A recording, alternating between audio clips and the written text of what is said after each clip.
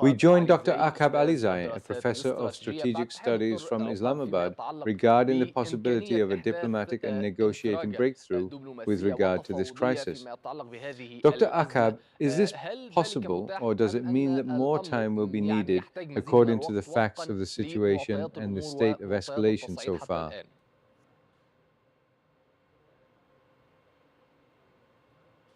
Just a few days ago, let me remind you of what happened when Prime Minister Netanyahu appeared in the United States of America and met with US President Trump. I predicted on your channel a few days ago that there would be an escalation and that there would always be an escalation. This is always the case whenever Netanyahu speaks to Trump or when he visits him. There is always an escalation in response to what he does. Perhaps there is no clear reason, but that's exactly what happened. I predicted it a few days ago, and that's what happened. There was a window of opportunity to create a greater role for mediation, but this has been pushed back. However, Pakistan reaffirmed that it is pushing both parties for calm and a return for normal conditions, instead of a new round of escalation that will worsen the situation. As you know, Trump continues to make statements about heavy bombardment of Iran. He has a strong desire to do so, and indeed he has surpassed that line, and it seems he has reached the extent of war crimes, in fact. But the reality and the truth is that no one wants this. No one in the region wants this, not even Iran. There is an affirmation from Iran of its right for self-defense. And as I mentioned, these are matters about their will and desire to resist. And here is Pakistan, all along with other countries, including Oman. And as you know, Kuwait's foreign minister was in Pakistan, and he had talks about the matters relating to this conflict and bilateral relations otherwise. But one of the most important things is to try to push more mediation efforts, to push both countries, Iran and the US, back to the path of the Memorandum of Understanding and the Islamabad talks and future issues. This bombing will only make the situation worse, further escalate and possibly spiral out of control. And therein lies the problem. No country in the Middle East wants this to happen except for Israel. On the issue of mistrust, which is a major dilemma for the Pakistani mediator, how can it be overcome when both of them are suspicious of the other side's intentions?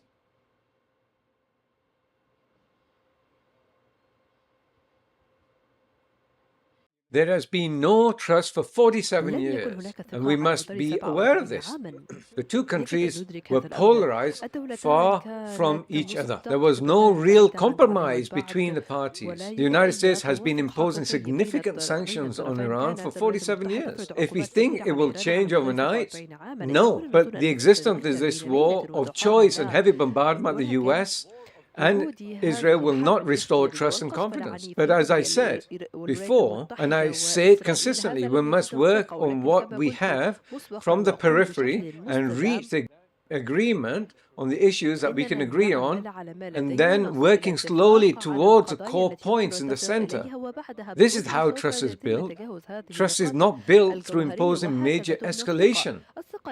We should think about why they are doing this then.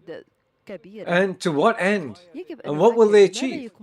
They are trying to complete the bombing and weaken Iran's capabilities. As Trump said a few days ago, everything could be destroyed in 2 hours.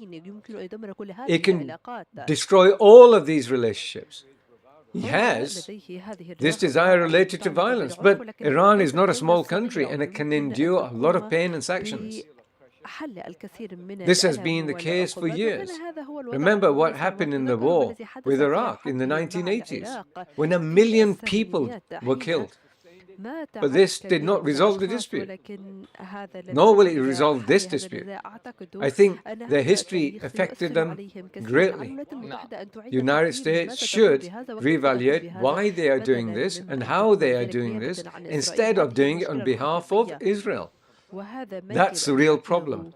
This is what we must face in the real world. Dr. Auqaab, regarding the path to a settlement, to what extent should Gulf and European countries, as well as China and Russia, be involved? On the one hand, they represent a pillar and a center of gravity. On the other hand, the Gulf states, for example, are the most affected by the consequences of this conflict between Iran and the United States. European countries and European economies have also suffered the ravages of this confrontation. Yes, absolutely. Russia has been affected, not much in the same way as Iran, but it has, or the Middle East, but it has been affected by all the Ukrainian major drone strikes against Russian oil facilities. It too has suffered. There have also been repercussions of the Iranian war further afield. But the biggest problem was for China. It is one of the largest recipients of oil supplies that come from the Middle East, especially if Bab al-Mandab Strait is closed. There will be more repercussions, and this may lead to an agreement with the Houthis to allow the passage of oil for the Chinese. That would be empowering the Houthis as well then. But these agreements will be different from countries, for example, with Iran, to allow ships to pass. But if there is more escalation, certainly these countries will be affected, and their economies will be affected more. This means that there will be a direct impact on the supply chains and the global economy. And this is especially true for large economies like China. Do you think the US is immune to this? The US thinks that it is geographically distant, but that's not true. If this conflict continues, it will affect the price of oil, which may reach over $100 a barrel again. The American markets will also be affected. Everyone will be affected. And certainly this does not include Israel, though.